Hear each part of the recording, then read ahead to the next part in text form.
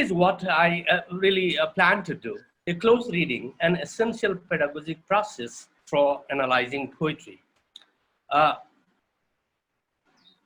so as I earlier promised, I'll be basically talking about what poetry is, what it does, and what it is to write a poem and to read a poem. Different people have different opinions. I'm taking I'm taking into consideration Robert Frost's definition, where he says it's a transfer of energies, a mode of interpretation, a matter of identity and difference. I mean, he says a number of things in it.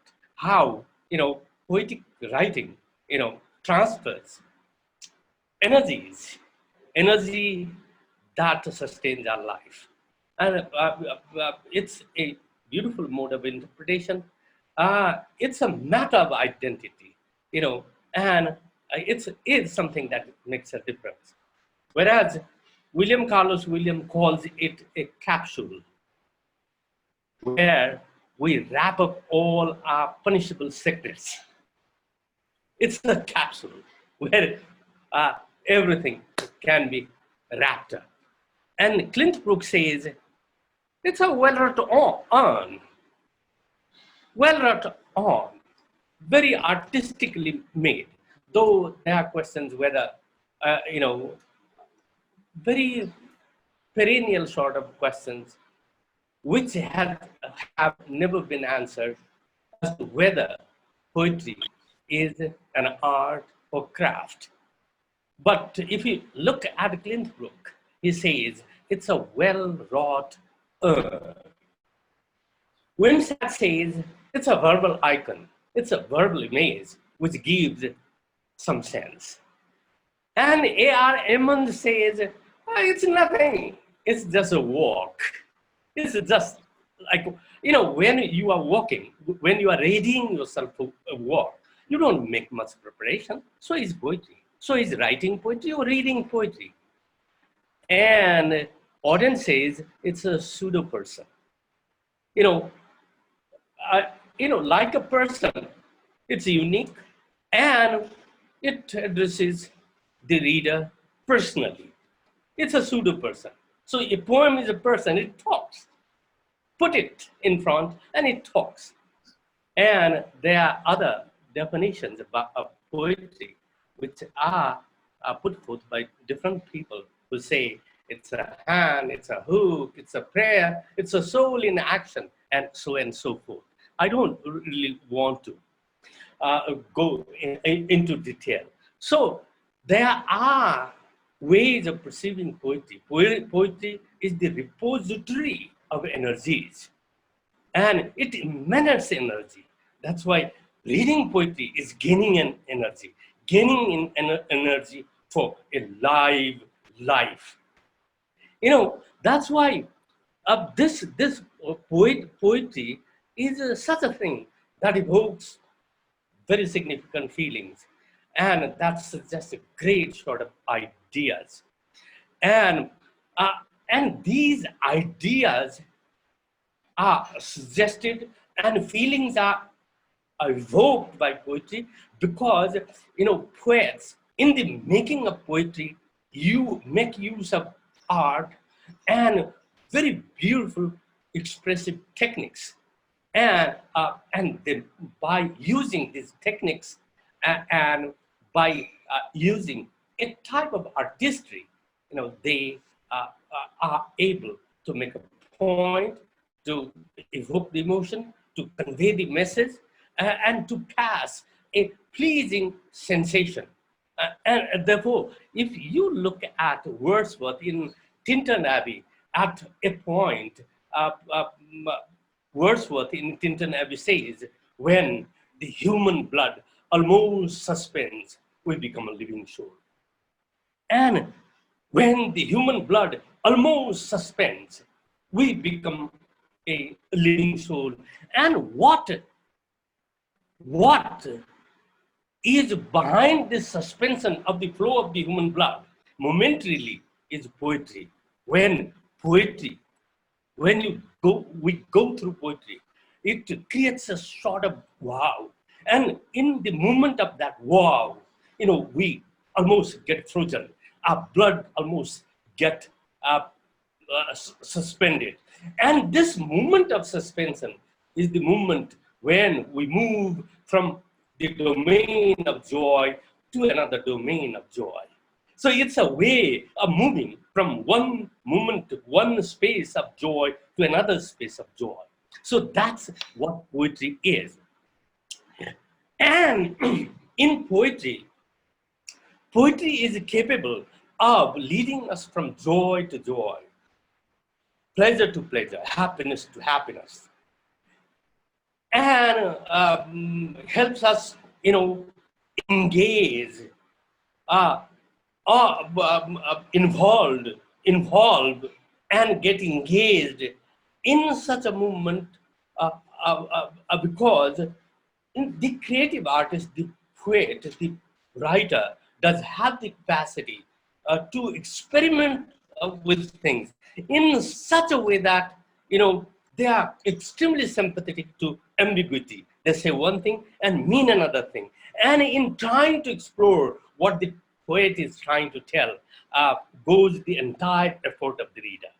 And therefore, this is process of experimentation that the creative artist engages in, uh, you know, gives us a sense of joy, that we hardly can ever get anywhere. So that's why this poetic writing is very much important. But as I really intend to talk about the reading of poetry, in order to gain this joy, you know, the reader has to be able to read it properly and to comprehend it properly. But what is the way of comprehending it? How can we comprehend any poetic piece of text, or how can we make our students comprehend a piece of text? That's the vital, that's the very seminal sort of question. So for that, I, put forth this idea of close reading. Uh, Ananda basically says we are, uh, facing times when our students hardly ever go through the text and make wonderful, big claims and all those things, and they never engage themselves with, uh, you know, text. And until we do that, it's almost impossible. The joy that is the essential part of poetic reading and writing, completely disappears if we do not really pay attention to that. So here I share two tiny little uh, poems, which I will be briefly talking about, and as a way of helping readers comprehend those things. And I suggest that we better do a similar sort of practice in the classroom. It's not a mandatory prescription that I'm coming up with, but I feel that if we would adopt some of these strategies, we'll be able to help our students comprehend a poetic piece of text in a better light, in a better way. That's my feeling. So here are two poems. Let's primarily go through this. Many of you might have gone through these tiny little excerpts. One excerpt is from W.S. Merwin, and the title of the poem is Separation. And the poem reads, "Your absence has gone through me like a thread through a needle." Like a thread through a needle. I'm sorry, this A is not there. Like thread through a needle, everything I do is stitched with its color. Uh, that's the first. And the second one, love is a smoke raised with the fume of sighs. It's from Romeo and Juliet. That's a dramatic piece of text. And to me, uh, It's a dramatic piece of text that's written in the best language of poetry.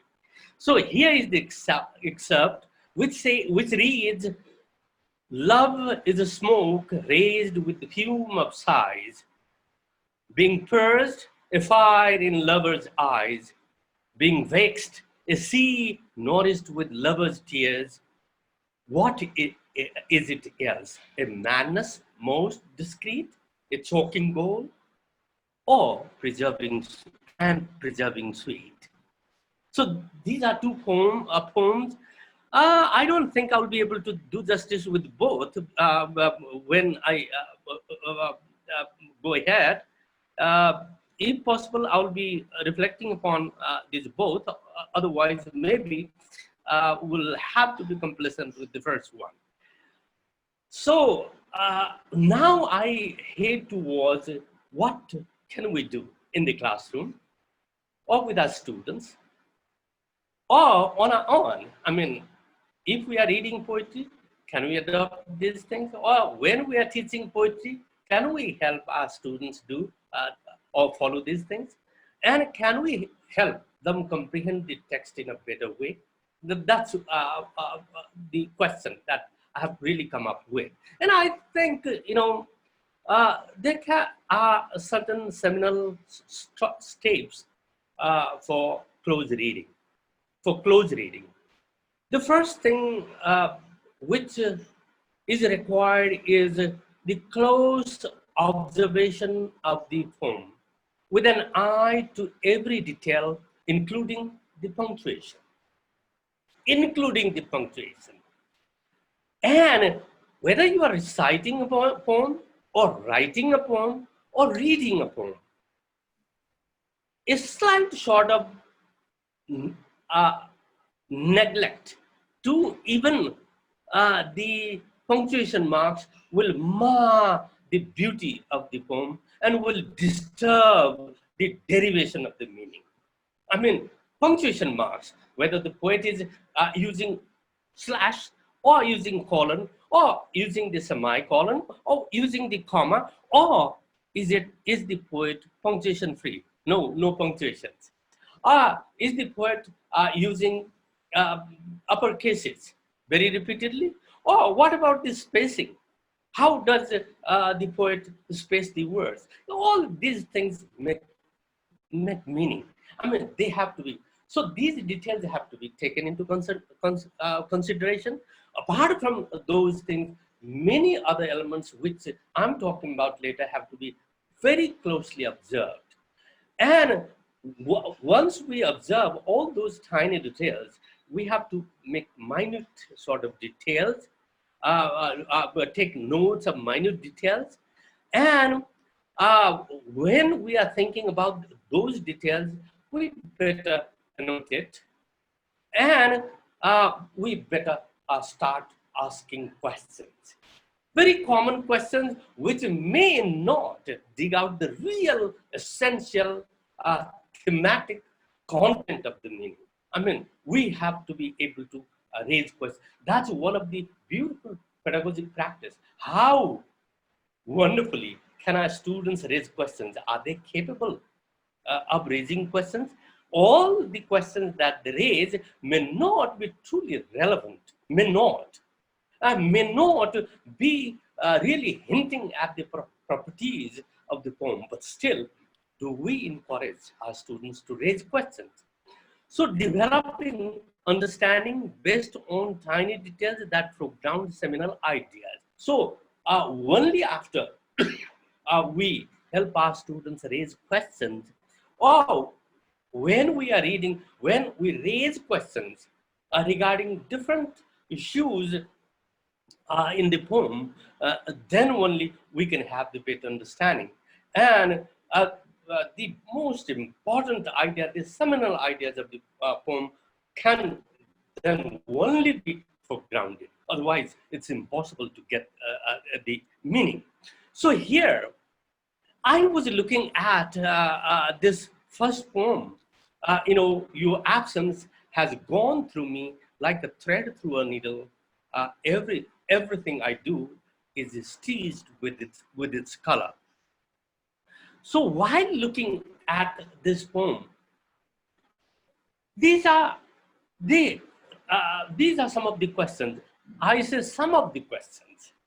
There can be myriads of other questions uh, pertaining to the understanding of this tiny little text, tiny little poem of 3 lines. So, who do you think is the speaker of the poem? What does the speaker um, uh, intend to get? What is the poem about? I have very randomly, framed the questions. Well, you can frame a different set of questions or whatsoever as you read. How do you grasp? How do you? In what way do you follow the poem? Or what do you think of the poem? Depending on that, you can frame, or the students can frame their questions. So, what is the poem about? Who is the speaker? Why does the poet compare absence with needle? Uh, Needle and the absence. The needle. Why does he compare? What is that trait which is comparable? I mean, a very interesting thing.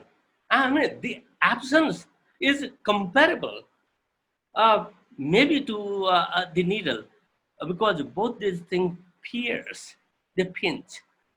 The absence. Maybe, I don't know whose absence this is. We'll have to make out. We'll have to make out. I mean, but when there is the absence, this absence hurts, this absence pinches, and the tip of the needle to pinches. And here is a poet who is bringing in needle and the absence together and trying to compare. What does it? What does the poet achieve by, or what does the poet achieve by bringing in this comparison? Whose absence is it? Whose absence is the poet talking about? What has his teaching to do with presence and absence? What has his teaching to do with presence and absence? A beautiful analogy. Look at this. Reference to the needle and stitching. When please think up, it makes us think. The poem makes us think. He is comparing this absence with the needle and the needle's work. Needle's work is the work of stitching, and when we stitch something, primarily the needle with its teeth pricks any piece of cloth, makes a hole, and through it the thread goes. And finally, at the end, what do we do when we have stitched everything? We snap the thread, and the needle goes away, and the thread remains there. But the needle which has gone away, leaving the thread in the stitch, recalls much later, wow, there was a time when we were together. I mean, this type of thing. What has stitching to do with presence and absence? How apt is the comparison and why? What do you think of the theme of the poem? What attitude does the writer have? What feeling does he evoke? So we'll be talking about even the tone. The tone, what type of tone? Is he satirizing? Is he ironical? Is he evocative? Oh, what type of tone the writer does have, and what feeling does the poet evoke? So these are questions, but these are only few questions which we have to raise primarily in order to analyze the poem. And there might be hundreds of questions on this 3-line poem, which will very beautifully dig out what the essence is and why the writer is bringing in this idea of absence, or whose absence he is talking about, how he is comparing this absence with uh, the needle uh, and this stitch and the thread that is left and the needle that has gone away after the thread is snapped, after the stitching is over. A beautiful sort of piece of text here is. And these are some of the questions that, uh, or these and many more other questions can be raised on this issue. And if in the process of teaching poetry, if we engage our students in the practice of raising questions, two things will definitely happen. One, we our students will be developing the critical insights, critical ability to raise questions. And the best thing that literature does is giving us the capacity to raise questions. A society, a human being who is not capable of raising the question, you know, is is I leave this space. I leave this space you feel in. So that it's so very important. It's so very important. And that's why with this practice, I guess, our pedagogic intervention should, I think, take place. But this pedagogic intervention will be taking place only if we very closely look at each element in it. And what are these elements? And these questions and some more questions cannot be raised until the reader does have his or her eye into these poetic properties, which help the poem make sense. If we ignore these things, I mean, we will be engaging ourselves in futile question-making process, which will be way out. So, as a teacher of poetry, as a reader of poetry, I think looking into the poetic properties is extremely meaningful. Until we do that, nothing really, nothing meaningful can take place. What about time? I guess. Okay. So, so what do we need to do in order to do a type of close reading? So the first thing, perhaps, we can look at the style. Because looking at the style, by looking at the style only, we can make out sense of poem. Because close reading is not only about summarizing the theme, but it's the exploration of stylistic choice, which is made to convey the meaning and message and to evoke feeling. Three things we do in poetry. We convey the meaning, message, and we evoke the feeling. But this evocation of feeling takes place not only based on the content, but based on the stylistic choice. Based on the stylistic choice. There are poets who speak quite a lot by leaving the space blank. There are a number of poets who make sense by managing the spacing. There are poets who leave dashes, and their dashes make a lot of senses.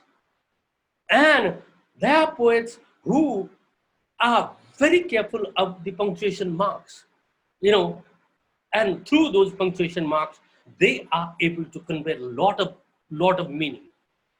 And there are poets who make a verbal play, beautiful sort of verbal play, and thus make sense.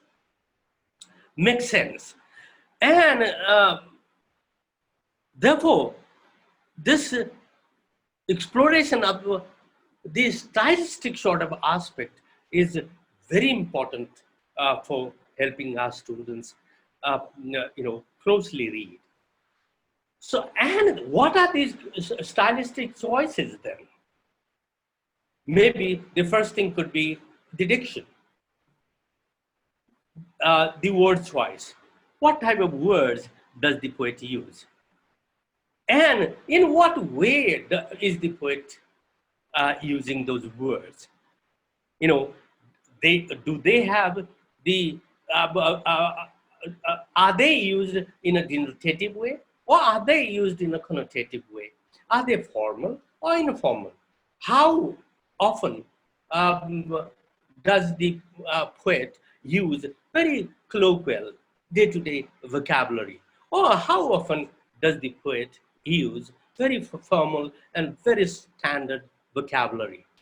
How often is the poet very concrete? How often is the poet abstract? And how to make out sense out of those abstract, vocabulary, abstract diction, and all that. So that's the first thing that we have to direct our students for close reading. And then comes the issue of the figurative use of language.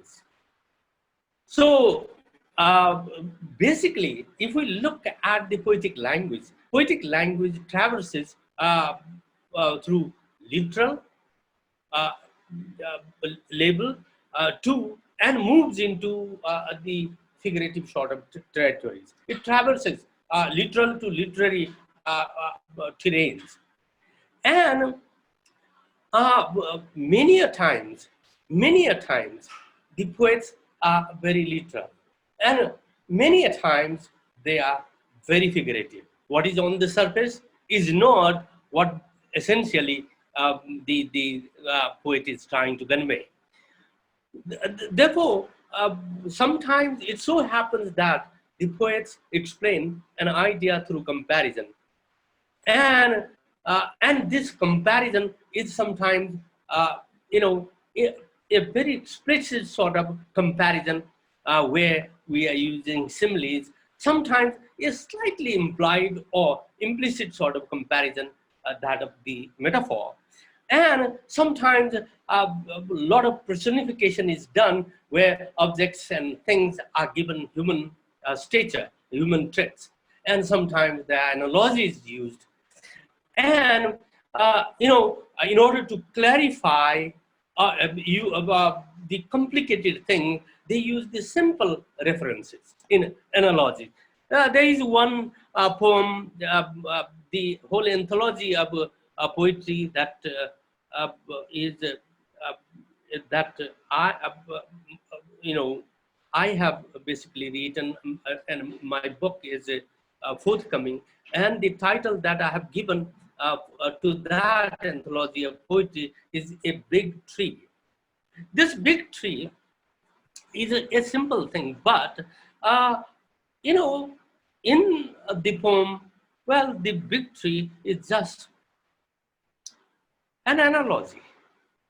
So sometimes these metaphors that I talked about are not very simple metaphors. If you go to Greek epics like the Iliad or the Odyssey, Homer basically used extended extended metaphor that goes on and on and on and on. Not a short metaphoric expression, but a very pretty long metaphoric expression. And similarly, we do have very greater sort of overstatements, exaggerations, hyperbolic statements, and some understatements and some paradoxes. So, what are there? So, we were looking at this poem. If you look at this tiny poem, I mean, very interestingly, your absence has gone through me like a thread through a needle. Look at this second line, like a thread through a needle. A simple simile is used where absence, the going of absence, the, the journey of the absence is compared with the journey of the thread through a needle.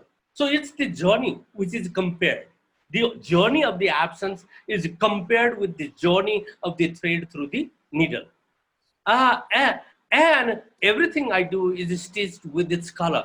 But when you uh, go into this, stitching with its color, this color is not the literal color as such. The impact, the effect. So the stitch with what is the impact of that stitching? What happens after the stitching is over? What separation does? It's the visceral. It's the visceral, innate, strong, individual feeling which this poem wraps up. A visceral, individual, intense feeling of the of maybe a love and or the beloved. I don't know whose absence it is, and that is what we have to really make out. So if you look at this comparison, very interestingly, I mean, at the simple level of assembly, a comparison has been made, and then the comparison slightly moves forth and complicates the issue a little bit more. And then, uh, perhaps while helping our students make a close reading, maybe we could go into the verbal imagery.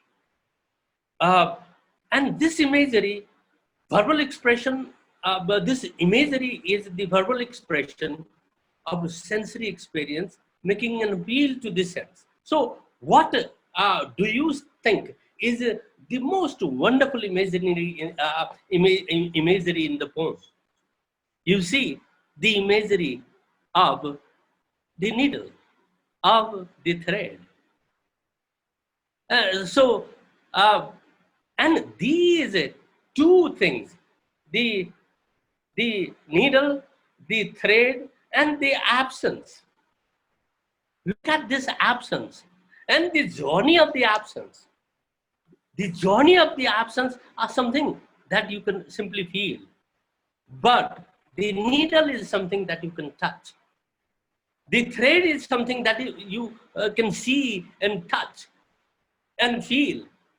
So it so happens that imagery engages those things of touch, taste, smell, feel, and sound. And we have to engage our students in doing that. And then comes the issue of the syntax, what type of sentence it is. So if you look at the uh, your absence has gone through me, if you look at this, your absence has gone through me like a thread through a needle. Everything I do is stitched with this color.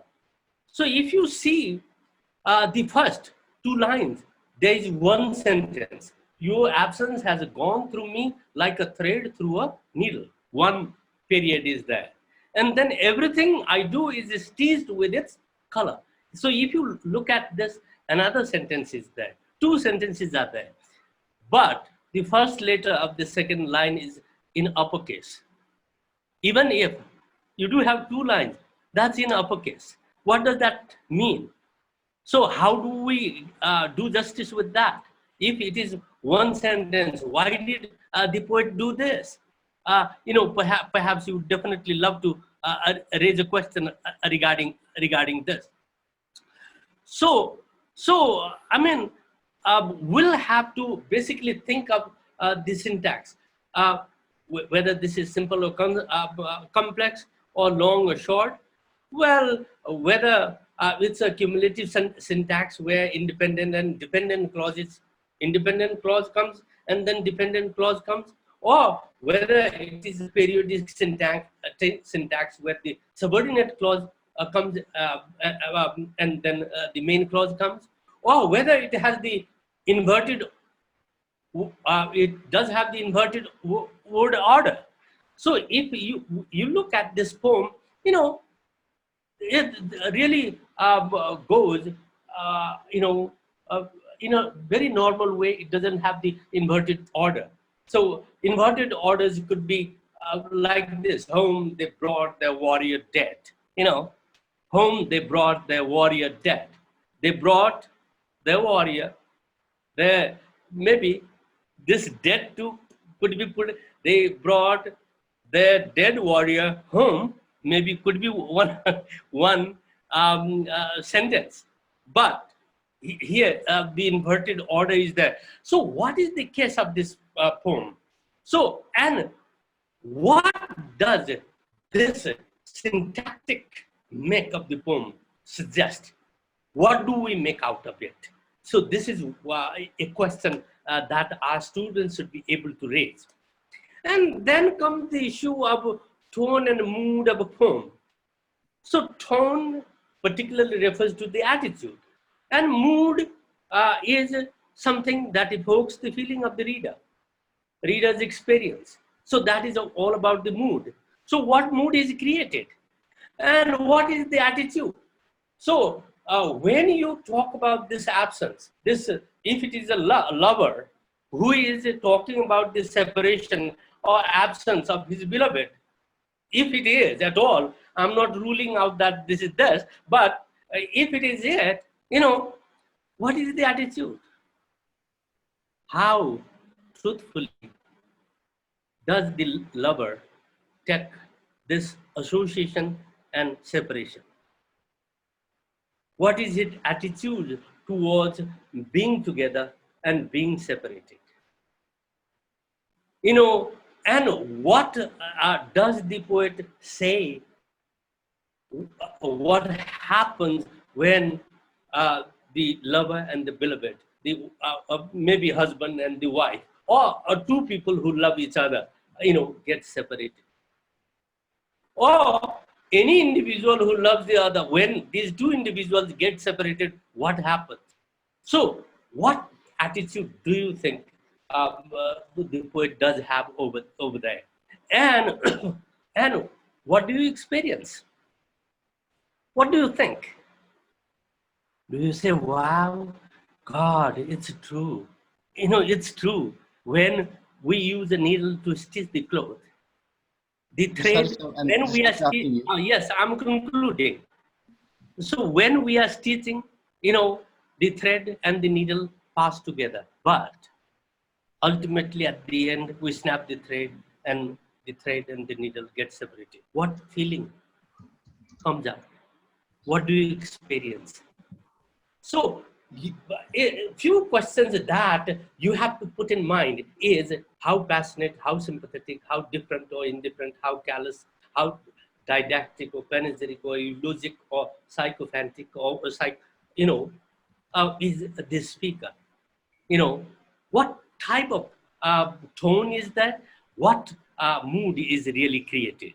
And then we have to equally think of this rhyme. I believe I have come to an end. That's why I'm just skipping. You have to think of the metrical pattern, and basically it's also almost the metrical pattern, the rhythmical pattern, the music that poetry does have is the innate part of the poetic writing, and that contributes quite a lot in the understanding. Sometimes I say we don't need to understand poetry at all. We don't need. We can simply recite it, and still will be, traveling, traveling from the domain of joy to the domain of joy, without even understanding anything. You know, when some beautiful poems are recited, these poems do have the lulling effect. That's how the lullabies really came, I guess. You know, so and we have also to think of the form of the poem. Is it the traditional structure, or does it have this very structured form? And uh, like the sonnets, like the elegies, like the lyrics, odes, or the sonnets, or whatsoever. What type of form that does have, and sound. What do this sound mean? How often, uh, like Coleridge, water everywhere, but not a drop to drink.